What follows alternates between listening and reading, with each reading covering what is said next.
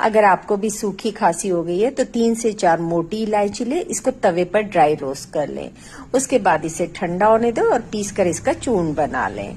अब इसका आपने दिन में 2 बार सेवन करना है। 1 चम्मच शहद लें और लगभग 2 चुटकी इस पाउडर को उस पर डालें और इसे चाट लें मिक्स करके। ऐसा ही आप शाम को भी करें और सुबह भी करें। ऐसा दिन में 2 बार करें। 4 से 5 दिन में आपकी खांसी बिल्कुल ठीक हो जाएगी। Thank you.